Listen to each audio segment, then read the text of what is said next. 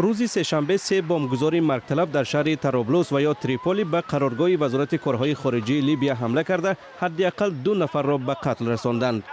گروه دهشت‌افکن دولت اسلامی مسئولیت حمله را بر دوش گرفته است.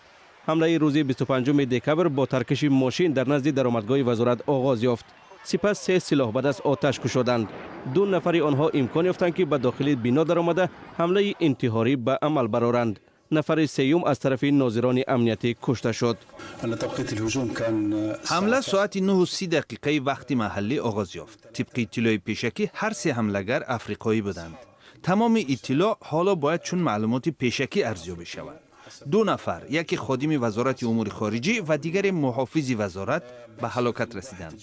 18 نفر با جراحت‌ها در شفاخانه بوده، 2 نفر دیگر را با زخم‌های سبک بعد معالجه رها کردند. نمایندگی سازمان ملل متحد در لیبیا حمله را محکوم کرده به ضرورت جلوگیری از پناهگاه یافتن گروه‌های تروریستی در قلمرو لیبیا تاکید نموده است. از سال 2011 هم زمان سرنگونشوی دیکتاتور این کشور معمر قذافی لیبیا ناآرام است.